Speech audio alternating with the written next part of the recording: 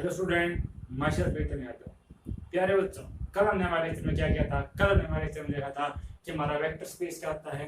Vector space के लिए हमने क्या क्या किया था कि हमने क्या था, बी प्लस क्या होना चाहिए, एक अबेलियन ग्रुप बनना चाहिए, उसको स्केलर मल्टीप्लिकेशन होनी चाहिए उसके पास, और उसके पास कुछ एडिशनल 4 प्रॉपर्टीज थी बच्चों, जिसमें कुछ डिस्ट्रीब्यूशन आते और कुछ एक दो प्रॉपर्टीज और थी बच्चों कि अगर हम कोई सेट नॉन एम्प्टी सेट मानने से प्रॉपर्टीज को सेटिस्फाई करता है तो हम उसे वेक्टर स्पेस कहते हैं बच्चों। उसके बाद हमने क्या किया था? उसके बाद हमने कुछ एग्जांपल्स देखे थे वेक्टर स्पेस के कि जिन्हें हम मेनली यूज करते हैं कि सेट ऑफ ऑल मैट्रिसेस। एमकोरिजन की मैट्रिक्स का सेट था, हमारे एन टप्पल का सेट था, पॉलिनोमियल्स का सेट था, सीक्वेंसेस का सेट था, फंक्शंस का सेट था। ये सब कुछ सेट्स थे हमारे पास जो हमारे क्या बनाते थे, अपनी अपनी अलग अलग इंटरनल और एक्सटर्नल कंपोजिशन के थ्रू ये क्या बनाते थे, वेक्टर स्पेस बनाते थे। अब हमारे काम को आगे बढ़ाते हैं। हमारे पास एक छोटा रिजल्ट आता है कि if VF is a vector space, then additive identity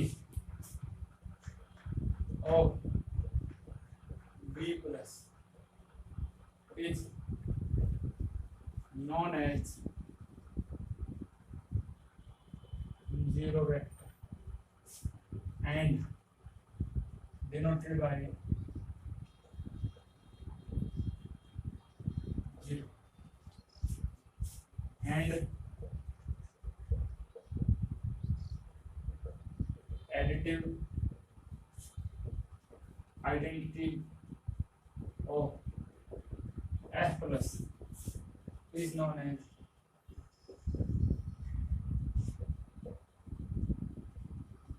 scalar zero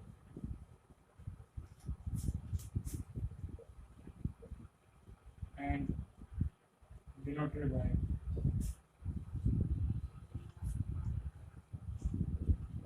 0।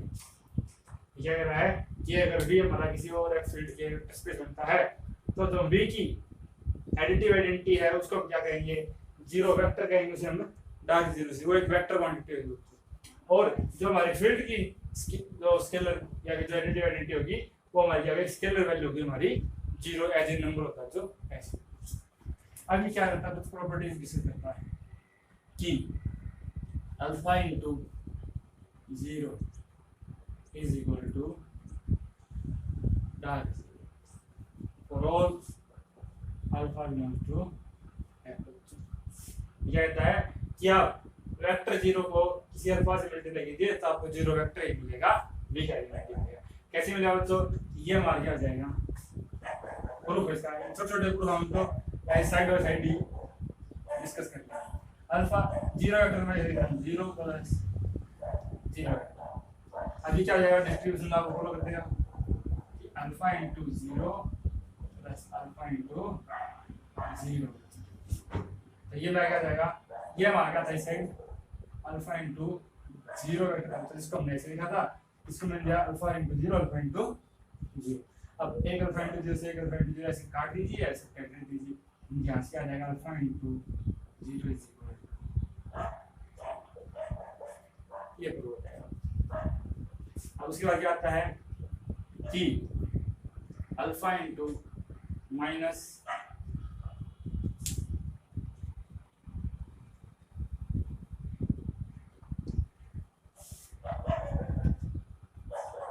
Alpha into minus A, ये क्या आ जाएगा बच्चा हमारे पास, minus into alpha all alpha belongs to F and A belongs to. ये कैसे जाएगा बच्चों, जो हमारी 3 प्रॉपर्टीज, 4 अलग से प्रॉपर्टीज की थी हमने, जो एक्सटर्नल से अलग और एवरेजिंग ग्रुप से अलग, जो 4 अलग से लिखी लास्ट में, उनमें से एक प्रॉपर्टी है हमारे पास कि अगर हमारा अल्फा बीटा इनटू ए होता है तो क्या जाएगा अल्फा इनटू बीटा ऑफ। इस प्रॉपर्टी का यूज करेंगे दोस्तों कि हमारे पास ये दे रखा है कि अल्फा को स्केलर इनटू को स्केलर -1 फील्ड से है इनटू ए, यानी कि बीटा जो है क्या है यहाँ पे -1 है। तो तो मैं इसको कैसे लिख सकता हूँ, अल्फा इंटू यानी कि alpha into minus one is equal to minus of alpha into, और इसका मैं कैसे लिखता हूँ कि माइनस वन अलग से इंटू अल्फा ऑफ, ऐसे लिख सकता हूँ इसको, यानी कि आएगा थर्ड वन क्या कहता है बच्चों कि alpha into a minus b is equal to, अब ये क्या जाएगा अल्फा इंटू ए माइनस, अब ये ऐसे हो जाएगा अल्फा इंटू माइनस ए था ना, अब माइनस बी आ गया, ये क्या जाएगा माइनस अल्फा इंटू और alpha belongs to F and a b belongs to b. और फोर्थ प्रॉपर्टी क्या कहता है, ये कहता है कि जीरो इंटू ए क्या हो जाएगा बच्चों, जीरो हो जाएगा for all a belongs to b. ये हमारी कुछ नॉर्मल इजी प्रॉपर्टीज थी जो कि हर एक वेक्टर स्पेस क्या करता है, सेटिस्फाई करता है। अब आता हमारे पास हमारा इंपॉर्टेंट टॉपिक क्या बच्चों, कल हमने क्या था वेक्टर स्पेस, आज हम करेंगे वेक्टर सबस्पेस। कि हम किसी भी सेट को V के किसी भी सबसेट को कब उसका सबस्पेस कहेंगे। अब ये आता है हमारे पास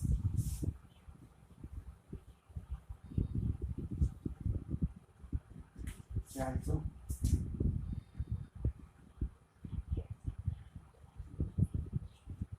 वेक्टर सबस्पेस। ये क्या होता है कि अगर हमारा V कोई वेक्टर स्पेस है, if V over F is a vector space, then any non-empty subset W of V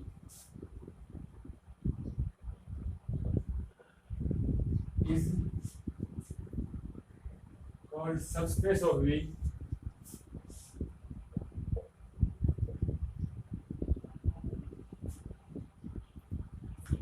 if W is a vector space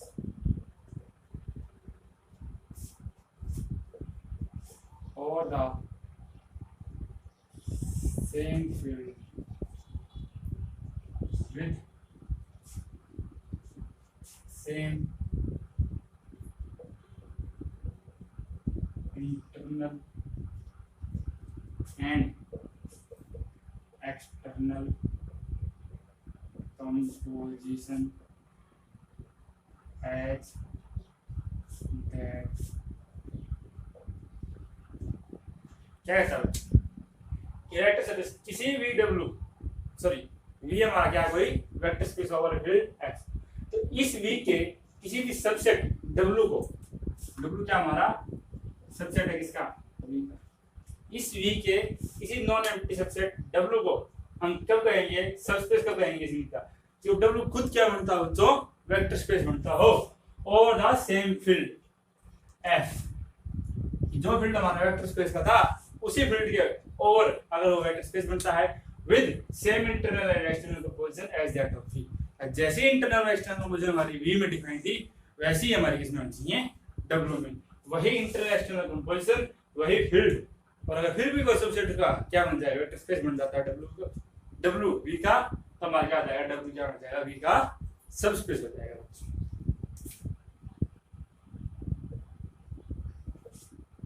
अब क्या कहता है कि अगर V over F is vector space,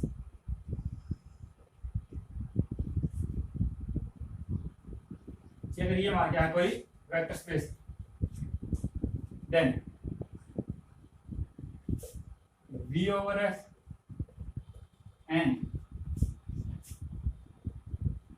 0 over F are the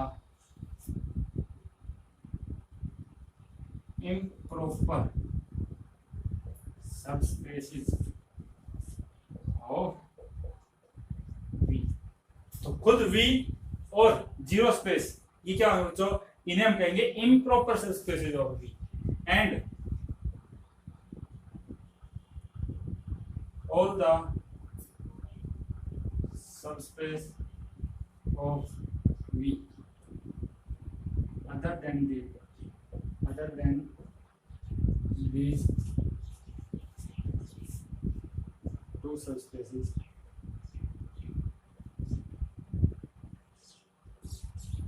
are known as proper subspaces.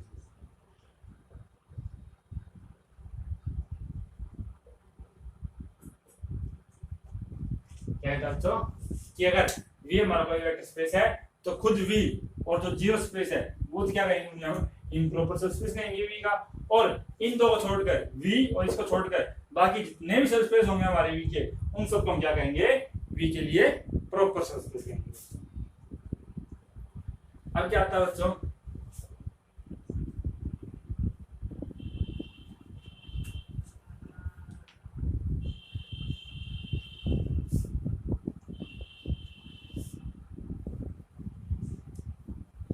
अब हम check करते हैं क्वेश्चन।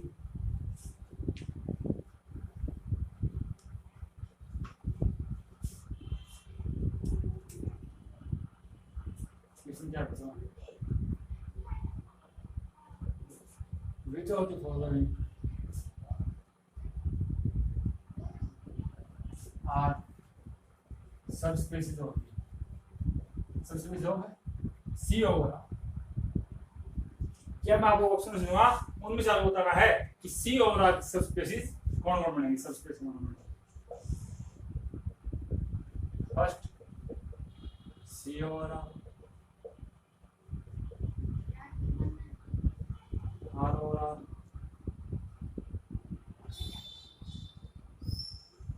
Q और R, और क्या रहेगा ऑप्शन, ये हमारा फोर्थ C और C, फिफ्थ R और C, सिक्स्थ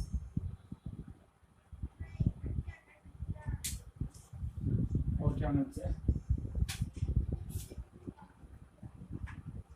R और Q,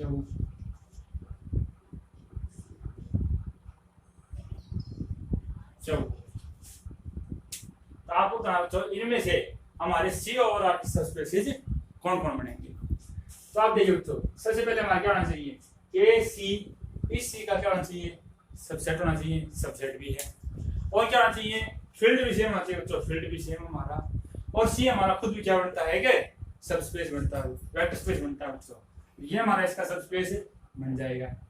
अब R और R क्या है, C का सबसेट भी है, फील्ड भी सेम है, और ये क्या बनता है, खुद वेक्टर स्पेस भी बनता है बच्चों, तो ये भी हमारा सबस्पेस बन जाएगा। हम करेंगे Q और R। अब Q क्या बच्चों, एक फील्ड है, R से क्या है, सुपर फील्ड है बच्चों। हमने कल हमारे लेक्चर में किया था कि कोई भी फील्ड अपने प्रॉपर सुपर फील्ड के ओवर कभी भी वेक्टर स्पेस ही नहीं बनता। सबसेट तो है लेकिन ये खुद वेक्टर स्पेस नहीं बनता बच्चों, इसलिए क्या नहीं बनेगा, सबस्पेस भी नहीं बनेगा। अब यहाँ पे आ जाइए C ओवर C। अब C का सबसेट तो है लेकिन, और R भी सबसेट है, ये R भी सबसेट है, तो हमारा क्या हो जाएगा, क्या ये वेक्टर स्पेस बन जाएंगे, सॉरी सबस्पेस नहीं बच्चों। क्यों नहीं बनेंगे, क्योंकि इन सभी में ये सभी सबसेट तो हैं C के, लेकिन यहाँ पे हमारा जो फील्ड है वो क्या बच्चों डिफरेंट दे रखा है, कि जो हमारा फील्ड C का गिवन है और जो इन सबसेट का फील्ड है वो क्या बच्चों अलग है। ये अलग अलग अपने अपने फील्ड के ओवर वेक्टर स्पेस तो बन जाएंगे, सबसेट भी है, लेकिन इनका जो फील्ड है वो बच्चों हमारे गिवन फील्ड से क्या है, डिफरेंट है, इसलिए हम इन्हें सबस्पेसिस नहीं कहेंगे हमारे CR के। ये इंडिविजुअल खुद में वेक्टर स्पेस तो बन जाएंगे लेकिन ये हमारे C के क्या नहीं बनेंगे, सबस्पेस बच्चों नहीं बनेंगे। अब ये तो हमारे कुछ जनरल क्या थे, वेक्टर स्पेसिस थे, नॉन वेक्टर स्पेसिस थे, जिन्हें हम रियल लाइन के थे, जो भी हमने काफी इनका यूज किया हुआ है, तो हमने इनको आसानी से चेक कर दिया कि ये वेक्टर स्पेस बन रहे हैं या नहीं बन रहे। अब अगर हमें कोई सबसेट दे दिया जाए जनरल और हमसे पूछा जाए कि बताइए कि वो उसका सबस्पेस बनेगा या नहीं बनेगा, तो हम कैसे बताएंगे, उसके लिए हमारे पास एक हाँ स्टूडेंट्स, अब हमारे पास एक इंपॉर्टेंट थ्योरम आती है, जो हमें बताएगी कि हम V किसी वेक्टर स्पेस के किस सबसेट को उसका सबस्पेस कहेंगे, उसके लिए क्या क्या कंडीशन होनी चाहिए, क्या नहीं होनी चाहिए। इतना मैं क्या कहते हैं बच्चों कि necessary and sufficient condition for a subset W of vector space V, कि V किसी वेक्टर स्पेस का सबसेट है W, उसको हम सबस्पेस कब कहेंगे किसी V का, कि हर एक अल्फा F के लिए A भी अगर हम W से ले, अल्फा A प्लस B भी किसमें आना चाहिए तो W में, कि अगर सबस्पेस बनता है तो ये कंडीशन होल्ड होगी, अगर ये कंडीशन होल्ड होती है ये सबस्पेस बनेगा। अब हम इसको प्रूव करते हैं। नेसेसरी कंडीशन,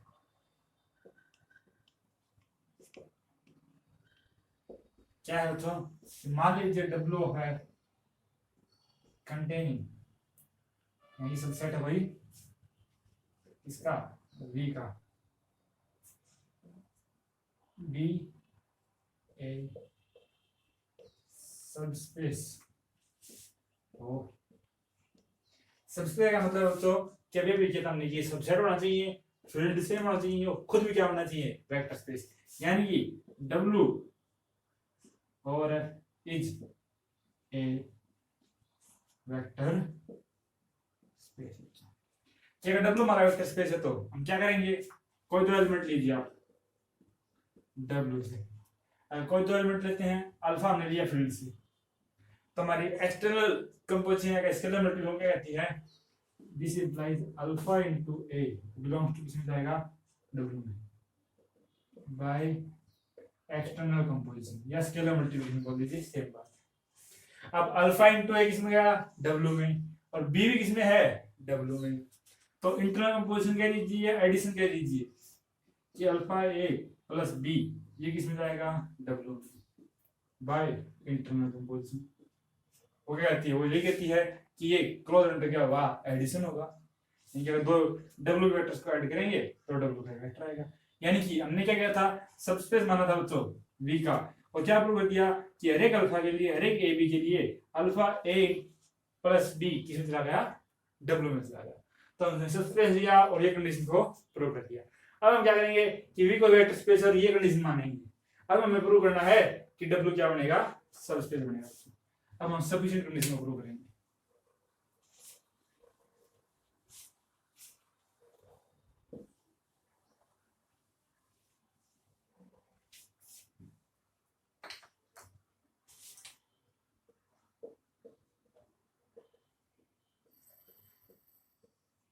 सफिशिएंट कंडीशन क्या सफिशिएंट है तो कि V over F is a vector space,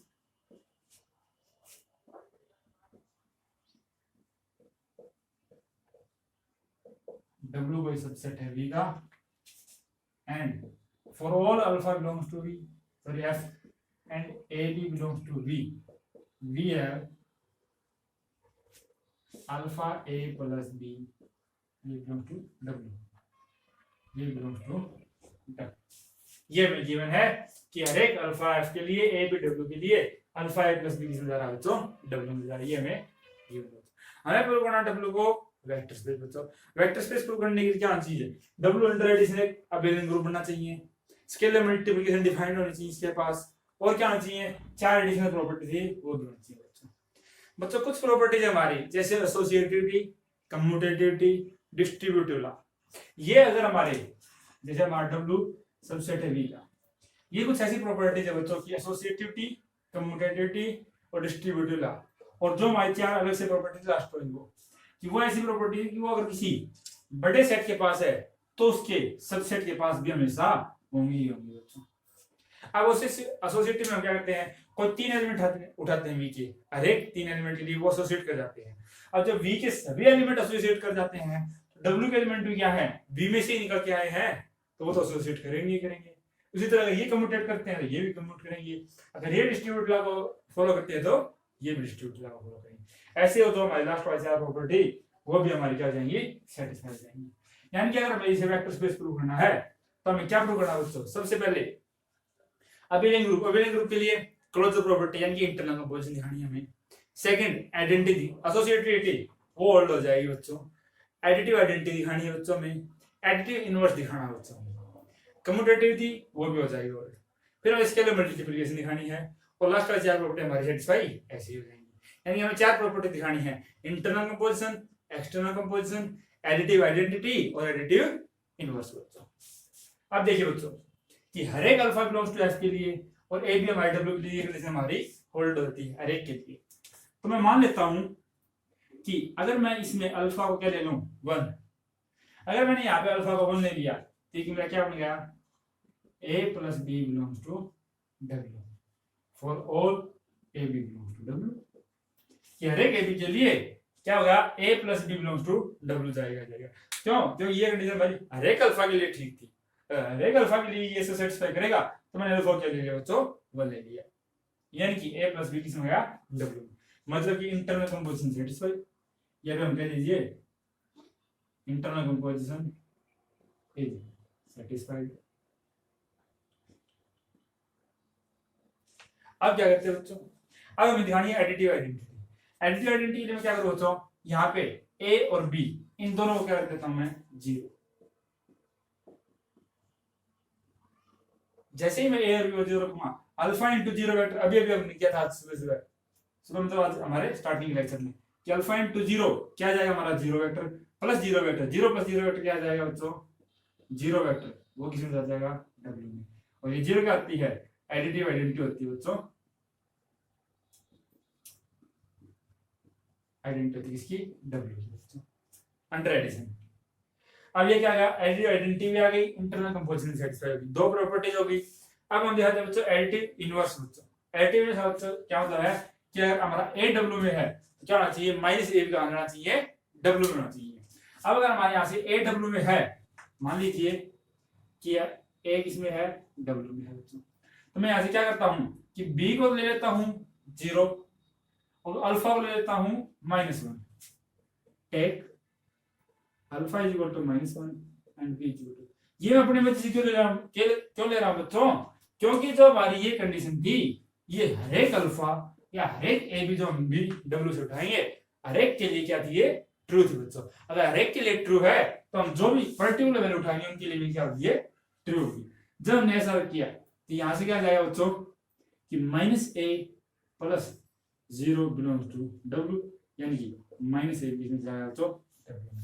कि हमारे पास a था उस a के लिए हर एक a के लिए -a बीच में जाएगा डब्ल्यू में, मतलब कि हर एलिमेंट का क्या होगा बच्चों एडिटिव इनवर्स भी मिल गया हमें डब्ल्यू में।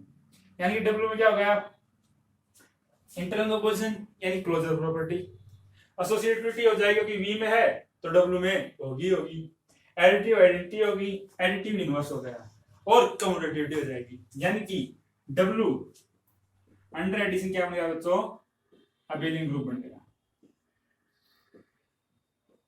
ये ट्रू हो गया बच्चों। अब हमें दिखानी है स्केलर मल्टीप्लिकेशन। स्केलर मल्टीप्लिकेशन के लिए हम क्या करते हैं बच्चों कि एक एलिमेंट उठाते हैं हमारे फील्ड से, एक उठाते हैं हम हमारे नॉन एम्प्टी सेट जिसे वेक्टर स्पेस प्रूव करना उससे, और उनकी प्रोडक्ट क्या होनी चाहिए बच्चों नॉन एम्प्टी सेट में ही जानी चाहिए। अब हमें क्या दिखाना है यहाँ से अल्फा, मान लीजिए यहाँ से हमारा अल्फा एफ से है और ए हमारा किसी डब्ल्यू से है, तो हमें दिखाना है अल्फा इंटू ए किसमें जाएगा डब्ल्यू में। तो मैं क्या करता हूँ बच्चों बी को क्या लेता हूँ 0, take b is equal to 0, यहाँ से क्या जाएगा अल्फा इंटू ए किसमें जाएगा डब्ल्यू में बच्चों। कि अल्फा हमारा फील्ड से था ए हमारा डब्ल्यू से था, अल्फा इंटू किसमें चला गया डब्ल्यू में। यानी कि इंटरनल एक्सटर्नल कंपोजिशन बोल दीजिए या स्केलर मल्टीप्लिकेशन बोल दीजिए, वो भी क्या होगी बच्चों सेटिस्फाई होगी। एक्सटर्नल कंपोजिशन भी हो गई, ये एबेलियन ग्रुप भी बन चुका, और नीचे वाली जो चार प्रॉपर्टी होती है हमारी वो हमारा वी सेटिस्फाई कर रहा था, हमारा डब्ल्यू सेटिस्फाई करेगा। यानी कि हमने डब्ल्यू के लिए वेक्टर स्पेस की सभी कंडीशंस को क्या करवा दिया सेटिस्फाई करवा दिया बच्चों। तो हमारा डब्ल्यू क्या हो जाएगा over F is a subspace of ये मान क्या बन जाएगा बच्चों सबसेट बन जाएगा। यानी कि आज के बाद हमें किसी सबसेट को सबस्पेस चेक करना है तो हमें इतनी नो की नो प्रॉपर्टी सेटिस्फाई करने की जरूरत नहीं है, हमें सिर्फ ये चेक करना है कि फॉर ऑल अल्फा के लिए for all a b belongs to W के लिए अगर अल्फा ए प्लस बी हमारा डब्ल्यू में जा रहा है तो हमारा डब्ल्यू सबस्पेस बन जाएगा बच्चों, और वरना सबस्पेस नहीं बनेगा। अब हमें सिर्फ इस प्रॉपर्टी को चेक करना है। ये थे हमारी बहुत ही इंपॉर्टेंट थ्योरम जिसने हमारे काम को क्या कर दिया बहुत ज्यादा इजी बना दिया कि कहां हम पहले वेक्टर स्पेस के लिए internal composition, external composition, abelian group prove करते थे, 4 प्रॉपर्टीज और थी, इतनी प्रॉपर्टीज को हमें सेटिस्फाई करवाना पड़ रहा था। अब हमारे क्या हो गया, सिर्फ हमें एक कंडीशन चेक करना है और हम बता देंगे कि हमारा कोई सबसेट है वेक्टर स्पेस का, वो उसका सबस्पेस बनेगा या नहीं बनेगा बच्चों।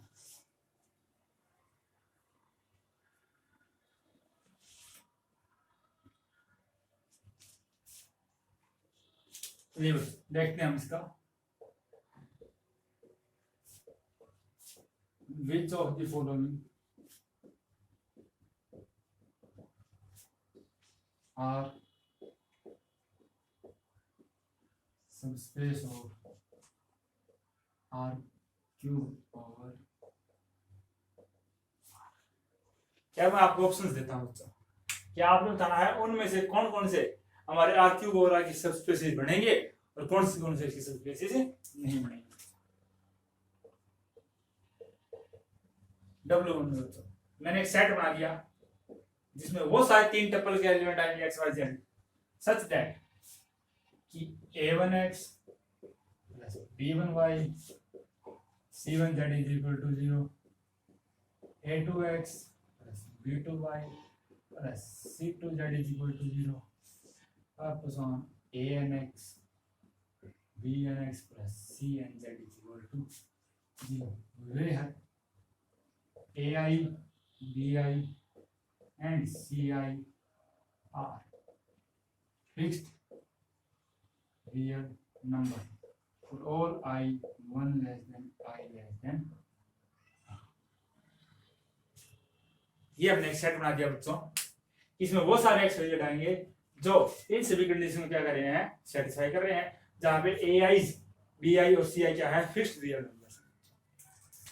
सेकंड, अब मैं ये बच्चों वो सारे एक्स वाई जेड ले लिए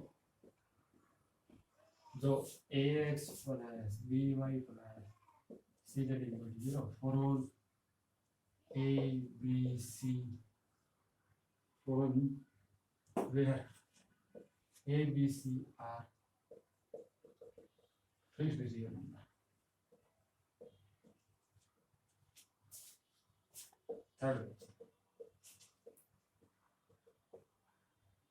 वो सारे एक्स वाई जेड आ गए बच्चों, a x plus b y plus c z is equal to 1 and y a b c fixed real number है बच्चों, फिक्स्ड रियल नंबर। ठीक है बच्चों, और क्या था हमारा, इसमें हमारे वो सारे एक्स वाई जेड आ गए such that x into y क्या है बच्चों 0 है। एक बार नहीं डिस्कस करते हैं बाद में होता है। ठीक है बच्चों, ये हमारे कुछ एग्जांपल्स हैं, W1 W2 W4 चार एग्जांपल दे दिए। हमें चेक करना है इनमें से कौन कौन सा हमारा R3 ओवर R का क्या बनेगा, सबस्पेस बनेगा। अब सबस्पेस बनने के लिए हम क्या करेंगे, अब हमें वो प्रॉपर्टी चेक करनी होती है बच्चों। अब हमें हमारी एक प्रॉपर्टी चेक करनी है जो अभी अभी हमने की थी कि अगर हर एक a b belong to W के लिए कोई अल्फा हम फील्ड से लेते हैं तो अल्फा ए प्लस बी अगर हमारा डब्ल्यू में चला जाता है तो सबस्पेस बन जाएगा, वरना वो सबस्पेस नहीं बनेगा बच्चों। अब सबसे पहले हम इसकी बात करते हैं, ये क्या है, फर्स्ट कि फर्स्ट में क्या है, W1 में वो सारे एक्स वाई जेड है बच्चों सच दैट कि क्या है, मैं कैसे लिख दूं इसको, ए मैट्रिक्स बना दूं इसकी into x is equal to क्या है, जहां पे ए हमारी क्या मैट्रिक्स हो जाएगी बच्चों, A1 B1 C1 A2 B2 C2 और up to some AN BN और CN, और x हमारा वेक्टर हो जाएगा x y y। यानी कि मैं ऐसे बोल दूं कि इसमें हमारे वो सारे x ट्रांसपोज हैं, x ट्रांसपोज क्यों कहा मैंने कि हमारा x तो क्या है, एक कॉलम वेक्टर है, तो x ट्रांसपोज क्या हो जाएगा हमारा, एक रो वेक्टर बन जाएगा जिसमें सिर्फ एक ही रो। यानी वो सारे एक्स ट्रांसपोज जिनके लिए Ax इक्वल टू नल है, ये हमारा क्या हो जाएगा, homogeneous system of linear equations. तो अब हमारा क्या होगा, हमें चेक करना है सबस्पेस। हम क्या करेंगे, इसके दो एलिमेंट उठाते हैं, x1 transpose and x2 transpose belongs to W1। अगर यहां से दो लिए और एक लिया हमने फील्ड से, यानी कि अल्फा लिया हमने कोई भी रियल नंबर लिया, ठीक है। अब हमें क्या प्रूव करना है, हमें प्रूव करना है कि alpha into x1 transpose plus x2 transpose भी अगर इसी में चला गया तो हमारा सबस्पेस बन जाएगा, वरना नहीं। अब अगर ये दोनों किस में है, W1 में बच्चों, तो यहां से क्या जाएगा, a into x1 is equal to null, a into x2 is equal to null. क्यों, क्योंकि ये दोनों केस में है W1 में, तो यहां से ये दोनों आ जाए। मैं क्या करता हूं, पहली इक्वेशन को अल्फा से मल्टीप्लाई करता हूं और दूसरी में क्या करता हूं बच्चों, ऐड कर देता हूं। मेरे पास आ जाएगा alpha into ax1 plus ax2 is equal to. अब अल्फा क्या बच्चों, कांस्टेंट है, कांस्टेंट को मैं ऐसे लिख देता हूं, किसको लेता हूं, a इंटू अल्फा। कांस्टेंट है बच्चों, कन्वर्ट कर सकता है। तो अब मैं कहता हूं a कॉमन ले लेता हूं, alpha into x1 plus x2 is equal to 0। यानी कि अगर alpha into x1 plus x2 अगर नल आ रहा है, a इंटू x अगर नल है, तो x ट्रांसपोज किसमें चला जाएगा, W1 में। यानी कि यहां से क्या आ जाएगा बच्चों, alpha into x1 plus x2 इसका ट्रांसपोज में आगे चला जाएगा बच्चों W1 में। यानी कि अल्फा इंटू में x1 का ट्रांसपोज प्लस x2 का ट्रांसपोज में आगे चला जाएगा W1 में। और अगर हमारी ये कंडीशन सेटिस्फाई होगी, इसका मतलब W1 क्या होगा बच्चों, R3 का क्या बन जाएगा, सबस्पेस बन जाएगा बच्चों, कि हमने W1 का R3 का सबस्पेस बना दिया बच्चों। अब W2 की बारी आती है। जब हम W2 पे आते हैं बच्चों, तब W2 क्या कहता है कि ax1 plus bx plus cz equal to 0। इसमें हमारे पास n लीनियर इक्वेशंस थी, इसमें हमारे पास एक ही लीनियर इक्वेशन है बच्चों। तो जहां हमारी मैट्रिक्स ये n क्रॉस 3 की बननी थी, इस बार मैट्रिक्स 1 क्रॉस 3 की बन जाएगी। सिर्फ सेम इसी तरह से हम इसको भी प्रूव कर देंगे बच्चों, यानी ये भी हमारा क्या बन जाएगा, सबस्पेस बन जाएगा बच्चों। जब हम इसकी बात करते हैं, इसके बाद करते क्या है बच्चों, इसमें वो सारे हैं जिसके लिए ax इज इक्वल टू क्या है, 1 कह दीजिए या आइडेंटिटी कह दीजिए। मैंने 1 बोल दिया, मान लीजिए ये 1 प्लस 1 क्या आएगा, 1 आ गया। यहां से क्या जाएगा, ax1 इज इक्वल टू 1 1। जब मैं इनको ऐड करूंगा बच्चों, ये क्या जाएगा मेरा, मल्टीप्लाई करने को रहने दीजिए, आगे को डायरेक्ट ऐड ही कर दीजिए। जब मैं इनको ऐड करूंगा, ये आ जाएगा मेरा ax1 plus ax2 is equal to 1 plus 1 2। जब मैं a कॉमन लूंगा तो यहां से आ जाएगा मेरा x1 plus x2 is equal to 2। यानी कि x1 प्लस x2 क्या हुआ बच्चों, यही नहीं गया हमारा W3 में। क्यों नहीं गया बच्चों, कि W3 में हमारे कौन से एलिमेंट जाएंगे जिसके लिए ax इज इक्वल टू क्या आता है, 1 आता है। हमारा क्या आ गया, a into x is equal to कितना आ गया, 2 आ गया बच्चों। यानी कि x1 प्लस x2 हमारा W3 में नहीं जाएगा। या कि आप ऐसे कह सकते हैं कि यहाँ पे इसमें एडिटिव आइडेंटिटी क्या हमारी 0 0 0। जब मैं इसको 0 0 0 रखता हूं तो यहाँ पे क्या आ जाएगा, 0 इज इक्वल टू 1। यानी कि हमारी एडिटिव आइडेंटिटी ही बिलोंग नहीं करती W3 में। जब तक हमारी W3 में एडिटिव आइडेंटिटी नहीं रहेगी, तब तक ये हमारा बिलिंग ग्रुप कैसे बनेगा, अंडर एडिशन। यानी ये हमारा वेक्टर स्पेस का सबस्पेस नहीं बनेगा। अब आते हैं हम W4 पे। W4 में क्या कहते हैं बच्चों, इसमें हमारे वो सारे x y z जाएंगे जहां पे x और y यानी कि स्टार्टिंग के दो टपल्स की जो प्रोडक्ट है वो क्या रही है हमारी, g वाली। ये भी हमारे सबस्पेस नहीं बनेगा बच्चों। क्यों नहीं बनेगा, मैंने मान लिया 1 0 0, ये हमारे W4 में है। फिर मैंने मान लिया 0 1 और 0, ये भी मेरे W4 में है बच्चों। यहां से मैं 1 इंटू 0 करूंगा 0, 0 इंटू 1 करूंगा। अब मैं इन दोनों वेक्टर्स को क्या करता हूं बच्चों, ऐड करता हूं। जब मैं ऐड करूंगा तो ये मेरा बढ़ेगा 1 1 और 0। अब मैं x और y की मल्टीप्लाई करता हूं तो वो 0 नहीं आती है बच्चों। यानी कि ये हमारे W4 में नहीं है बच्चों। यानी कि जो हमारा W4 है वो क्या नहीं है, क्लोज अंडर एडिशन ही नहीं है, उसमें इंटरनल कंपोजिशन ही सेटिस्फाई नहीं हो रही। यानी कि ये हमारा सबस्पेस नहीं बनेगा बच्चों R3 का। ऐसे हमें चेक करना है किसी भी सबस्पेसिस को कि वो हमारे R3 के सबस्पेस बन रहे हैं या नहीं बन रहे बच्चों। कुछ और एग्जांपल देखते हैं बच्चों।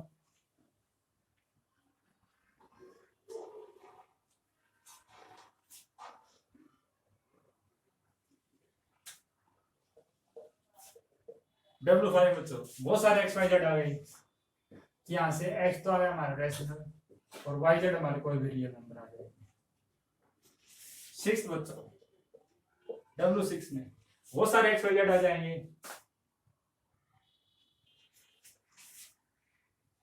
एक्स वाई जेड की जगह दीजिए x x square x cube such that x equal to real number है। या फिर हमारे पास क्या जाएंगे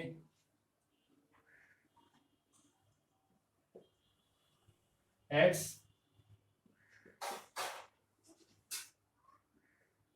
cube y 5 z 7 such that x y z belongs to.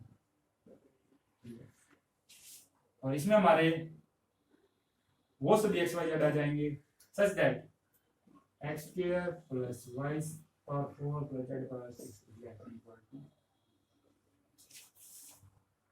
ये बच्चों इन्हें हमें चेक करना है कि ये हमारे सबसे बनेंगे या नहीं बनेंगे। सबसे पहले यहां से स्टार्ट करते हैं। ये क्या कर रहा है हमारे पास कि इसमें हमारे वो सारे एक्स वाई जेड आ जाएंगे जिसमें एक्स तो हमारा क्या आना चाहिए रैशनल नंबर होना चाहिए और वाई जेड हमारे क्या होना चाहिए रियल आना चाहिए। तो मैंने मान लिया मेरा एक्स वाई जेड है कोई यहां से W से यानी कि यहां से हमारा एक्स क्या आ गया रैशनल आ गया और वाई जेड क्या आ गए रियल आ गए। फिर मैंने कोई एक अल्फा लिया कहां से फील्ड से लिया स्केलर। अब फील्ड हमारा रियल नंबर का है मैंने रियल नंबर से कोई रूट 2 उठा लिया। अगर मैंने रूट 2 उठा लिया रियल नंबर से तो अब मेरा root 2 into x y z ये किस में जाना चाहिए बच्चों ये W में जाना चाहिए। क्यों अगर ये सबसे जुड़ेगा तो हमारी स्केलर मल्टीप्लिकेशन होल्ड होगी। जब मैं इनकी मल्टीप्लाई करूंगा बच्चों यह आ जाएगा मेरा root 2x root 2y root 2z। अब ये दोनों क्या हो गए बच्चों रियल हो गए लेकिन x हमारा क्या था रैशनल था बच्चों और रूट 2 से जब मैं इसकी मल्टीप्लाई करूंगा तो ये मेरा रैशनल नहीं होगा। अब रूट 2x हमारा क्या है रैशनल नहीं है तो हमारा root 2x root 2y root 2z ये हमारा W में नहीं जाएगा। यानी इसमें हमारी एक्सटर्नल कंपोजिशन या स्केलर मल्टीप्लिकेशन होल्ड नहीं हो रही तो ये हमारा सबस्पेस नहीं बनेगा। Next x x square x cube मान लीजिए मैंने एक्स को ले लिया 1 1 1 1 ये मैं इसमें बच्चों W6 में जब मैं यहाँ पे लूँ एक्स को 2 बच्चों 2 4 8 बच्चों ठीक है ये मैं आगे चला जाएगा W6 में बच्चों। जब मैं इनको ऐड करूंगा बच्चों तो मेरा क्या आ जाएगा 3 5 और 9। अब हमारे W6 में कैसे कैसे एलिमेंट है कि फर्स्ट फिर उसका स्क्वायर फिर उसका क्यूब 1 का स्क्वायर 1 का क्यूब 2 स्क्वायर 2 का क्यूब। अब 3 यहाँ क्या चाहिए बच्चों 3 का स्क्वायर ये 3 का क्यूब यहाँ पे स्क्वायर है यहाँ पे स्क्वायर बन भी नहीं रहा यानी ये हमारा W6 में नहीं आया। ये क्या था बच्चों ये था जब मैंने इन दोनों वेक्टर से क्या किया ऐड यानी कि ये क्या नहीं है क्लोज अंडर एडिशन। जब क्लोज अंडर एडिशन ही नहीं है ये भी हमारा सबस्पेस नहीं बनेगा बच्चों। ठीक है बच्चों। अब आता हमारे पास एक्स क्यूब वाई 5 7 और एक्स वाई जेड क्या हमारे रियल नंबर। जब मैं इसकी बात करता हूं बच्चों तो ये क्या आ जाएगा मेरा एक्स क्यूब कि अगर मैं कोई भी फंक्शन लेता हूं f(x = x क्यूब तो ये फंक्शन में क्या आता है बच्चों 1 1 भी होगा और ऑन टू भी होगा कि हर एक एक्स क्यूब के लिए हमें इसमें परी इमेज मिल जाएगी जो किसमें कैसे होगी रियल नंबर होगा बच्चों। यानी कि ये हमारा 1 1 और ऑन टू है। ऑन टू है क्या मतलब कि इस की रेंज इस फंक्शन की रेंज ऑफ f(x) की क्या जाएगी बच्चों complete real number. Range real number बनने का मतलब बच्चों यानी कि मैं एक्स क्यूब को हर एक रियल वैल्यू असाइन कर सकता हूं बच्चों। यानी कि ये मेरा एक्स क्यूब ना होके एक आर्बिट्रेरी रियल नंबर बन गया बच्चों कि मैं यहां से रियल नंबर की कोई भी वैल्यू ले सकता हूं। कोई भी वैल्यू कैसे बच्चों जैसे ही मैं ये फंक्शन बनाऊंगा f(x = x क्यूब ये ऑन टू आ गया। ऑन टू का मतलब यहां के हर एलिमेंट की मेरे पास क्या बच्चों एक परी इमेज है यानी कि यहाँ पे हर एक क्या है रियल नंबर है बच्चों। इस हर एक रियल नंबर के लिए मेरे पास कोई ना कोई नंबर है यहाँ पे x यानी कि जब जब मैं x को कुछ भी नंबर लूंगा मैं x क्यूब को हर एक रियल नंबर बना सकता हूँ किसी न किसी x के लिए। x हमारे पास कोई भी रियल नंबर, यहां से मैं कोई भी x उठाऊंगा, x की मेरा हर एक रियल वैल्यू असाइन कर सकता है। सेम इसी तरह से हमारा y पावर 5 और z पावर 7 ये भी 1 1 फंक्शन होंगे और इनकी भी रेंज हमारे बच्चों क्या आ जाएगी, रियल नंबर आ जाएगी। यानी कि ये भी हमारा आर्बिट्रेरी रियल नंबर, ये भी आर्बिट्रेरी रियल नंबर और ये भी आर्बिट्रेरी रियल नंबर। यानी ये हमारा क्या हो जाएगा कि ऐसा हो जाएगा कोई भी x y z आर्बिट्रेरी की दूसरे क्या आ जाएंगे, रियल नंबर से। यानी ये हमारा इक्वल किसे हो जाएगा बच्चों, r³ के इक्वल हो जाएगा, या फिर r3 के इक्वल कह सकते हैं आप। ये हमारा जो W7 है ये हमारा क्या हो जाएगा, R3, और R3 का सबस्पेस होता है बच्चों इम्प्रॉपर सबस्पेस जिसे हम कहते हैं। ठीक है बच्चों, अब आता है नेक्स्ट कि x y z such that x² y power 4 z power 6 less than 0 कि इसका सबस्पेस बनाना है। लेकिन हमें पता बच्चों कि x² y power 4 z power 6 ये वाले क्या होते हैं बच्चों, greater than equal to 0, positive हो गए या फिर 0 हो गए। तो इसमें W8 में एक वैल्यू तो हमारी चली जाएगी 0 0 0, इसके अलावा कोई वैल्यू नहीं जाएगी क्योंकि हम स्क्वायर 4 पावर 6 हमेशा क्या होंगे, पॉजिटिव। ये लेस देन 0 कभी होंगे नहीं, इक्वल टू 0 कब होंगे, सिर्फ 0 0 0 के लिए। यानी हमारा W8 क्या गया, सिर्फ 0 0 0 एक एलिमेंट आया। और ये हमारा कैसा था बच्चों, इम्प्रॉपर सबस्पेस होता है, जीरो सबस्पेस। ये इम्प्रॉपर हो गया, ये इम्प्रॉपर हो गया, ये दोनों सबस्पेस बनेंगे नहीं। ऐसे हम किसी भी वेक्टर स्पेस के लिए चेक करेंगे कब कैसे कोई सबस्पेस बनता है। अब नेक्स्ट क्वेश्चन क्या था स्टूडेंट्स कि हमें सबस्पेस बताने हैं MNOR के। MNR क्या था, तो हमारे पास सेट ऑफ मैट्रिक्स था n क्रॉस n की, जिसकी एंट्री कहा गई थी हमारे फील्ड R से थी, वो हमारा वेक्टर स्पेस बनता था, कल हमने देखा था। अब ये उसके कुछ सबसेट्स हैं, हमें बताना है कि ये सबस्पेस बनेंगे या नहीं बनेंगे। सबसे पहला क्या है W1 कि वो मैट्रिक्स है AMN कि A का transpose k times of A आ जाता है। हम सबसे पहले फर्स्ट को सॉल्व करते हैं जी। मैंने मान लिया दो मैट्रिक्स W1 से अल्फा कोई हमारा रियल नंबर है। अगर ये A और B W1 से हैं तो A का transpose k into A, B का ट्रांसपोज k इंटू, मैं क्या करता हूँ तो इसको अल्फा से मल्टीप्लाई करके ऐड कर देता हूँ, alpha A dash plus B dash, ये क्या आ जाएगा alpha into k plus k। अब ये दोनों स्केलर्स हैं, कम्यूट हो जाएंगे तो k कॉमन आ जाएगा यहाँ से, अल्फा A प्लस। अब ये ट्रांसफर की प्रोबेबिलिटी बच्चों, इसको मैं ऐसे लिखता हूँ कि अल्फा A प्लस B का ट्रांसपोज। अब अल्फा A प्लस B एक ऐसी मैट्रिक्स है जिसका ट्रांसपोज k टाइम्स ऑफ उसी इक्वल आ गया बच्चों, यानी कि यही प्रॉपर्टी सेटिस्फाई होगी। यानी कि यहाँ से अल्फा A प्लस B हमारे आ जाएगा W1 आ जाएगा बच्चों। तो हमारी जो थ्योरम की थी उसके हिसाब से W1 क्या हो जाएगा, एक सबस्पेस बन जाएगा उस चीज का। जैसे W1 सबस्पेस बनाएगा, W1 में हमारा k कोई भी फिक्स रियल कांस्टेंट है, अगर मैं इस k को 1 ले लेता हूँ A transpose equal to A, तो ये भी हमारा सबस्पेस बन जाएगा। ये क्या बच्चों, set of all symmetric matrix है बच्चों, जिसका ट्रांसपोज उसी इक्वल सिमेट्रिक मैट्रिक्स। यानी सिमेट्रिक मैट्रिक्स का हमने सेट बनाया तो क्या बना, एक सबस्पेस बना बच्चों। अगर आप एक जगह -1 ले लेंगे तो स्क्यू सिमेट्रिक मैट्रिक्स का सेट बन जाएगा बच्चों, वो भी क्या बनेगा, एक सबस्पेस बनेगा। अगर आपको याद हो बच्चों, जब मैंने आपको इन मैट्रिसेस के बारे में बताया था तो मैंने आपसे इनकी नॉन ट्रिवियल एंट्रीज निकलवाई थी। नॉन ट्रिवियल एंट्री का क्या मतलब था, मैंने उस टाइम आपको बताया था कि जब हम जो नॉन ट्रिवियल एंट्री निकालनी है आगे जाके वही क्या बनेगा, हमारा डायमेंशन बनेगी बच्चों। डायमेंशन का मतलब क्या है कि ये सबस्पेस बनेंगे और इन सभी का जिसकी हमने नॉन ट्रिवियल एंट्री निकाली थी वो सभी सबस्पेस बनेंगे और उन्हीं का हम आगे जाके क्या निकालेंगे, सब डायमेंशन निकालेंगे। यानी कि ये भी बन गया, ये भी बन गया। अब हमारे पास नेक्स्ट क्या था बच्चों कि वो सारी matrices such that A is equal to A identity matrix का सेट होगा बच्चों। देखिए अगर मैं आइडेंटिटी मैट्रिक्स लेता हूं, ये एक आइडेंटिटी मैट्रिक्स है बच्चों, इसका आप स्क्वायर करेंगे तो इसी को आ जाएगा। दूसरी आइडेंटिटी मैट्रिक्स मैं यही ले लेता हूं बच्चों, दो आइडेंटिटी मैट्रिक्स मैंने यही ले ली बच्चों, ठीक है। तो अब ये क्या आ गया, ये दोनों क्या आइडेंटिटी मैट्रिक्स है। अगर मैं इनको ऐड करूंगा बच्चों, जब मैं इनको ऐड करूंगा तो क्या आ जाएगा मेरे पास,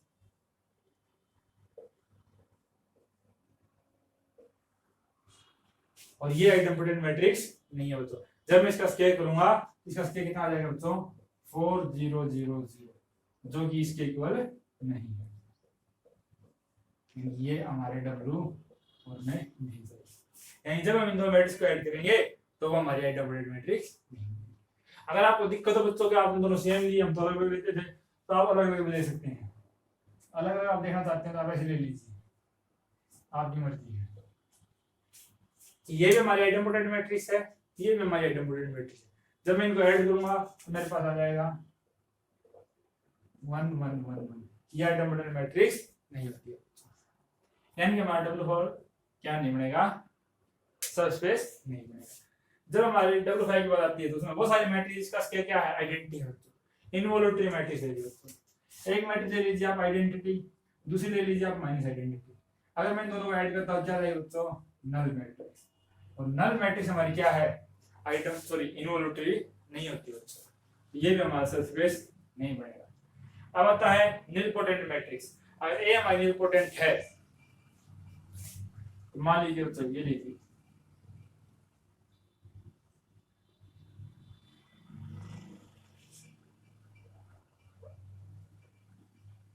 ऐसे 0 1 0 0, ये एक निलपोटेंट मैट्रिक्स है बच्चों। एक दूसरी मैट्रिक्स ले लीजिए आप 0 0 1 0, ये भी एक निलपोटेंट मैट्रिक्स है बच्चों, जिसका इंडेक्स क्या है, दोनों का 2 है बच्चों। जब मैं इनको ऐड करूंगा तो क्या जाएगा मेरे पास 0 1 1 0, ये हमारी निलपोटेंट मैट्रिक्स नहीं है बच्चों। जब मैंने इनको ऐड किया तो जब मैट्रिक्स में निलपोटेंट नहीं है, ये भी क्लोज अंडर एडिशन नहीं आया।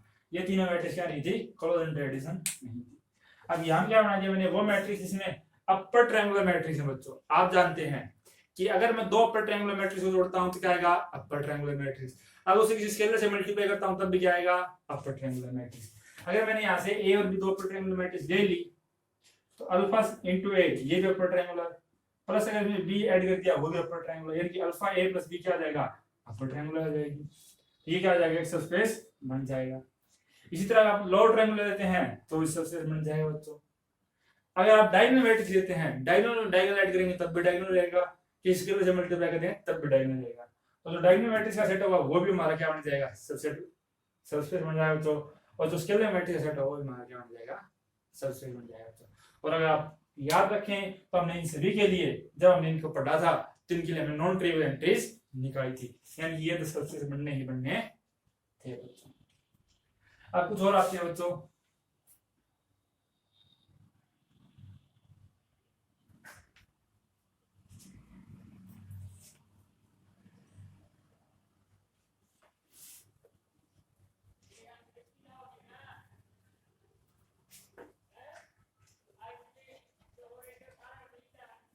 अब हम क्या करते हैं बच्चों, कुछ और एग्जांपल्स हमारे पास कि हमारी वो सारी मैट्रिक्स ए सच दैट कि B A C is equal to C A B for some matrices B and C belong to M, कि बी एफ सी कोई भी मैट्रिक्स हमारी वो इसके साथ अगर कम्यूट करती है तब यहाँ क्या आ जाएगा मेरा, A B is equal to B A for some B belongs to M N.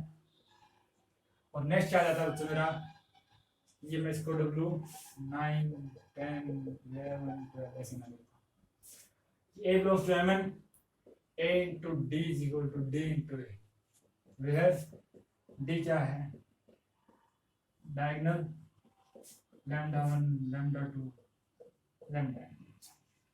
कोई भी डायगोनल मैट्रिक्स है हमारे पास, डायगोनल मैट्रिक्स ये है इसकी, या A belongs to M N, trace of A is equal to G. अब आप इनको ले सकते हैं। सबसे पहले मैट्रिक्स देखते हैं, सबसे पहला सेट देखते हैं बच्चों। अगर मैं यहाँ से दो एलिमेंट लेता हूँ, यानी दो मैट्रिक्स लेता हूँ ए और बी, A1 और A2 क्या दीजिए बच्चों, बी तो हमने यूज कर रखा है, A1 A2 का मैं डब्ल्यू नहीं देता हूँ तो क्या होगा बच्चों मेरा, B into A1C is equal to C into A1B हो जाएगा। अगर A2 है तो B into A2C, C into A2 क्या हो जाएगा, B हो जाएगा बच्चों।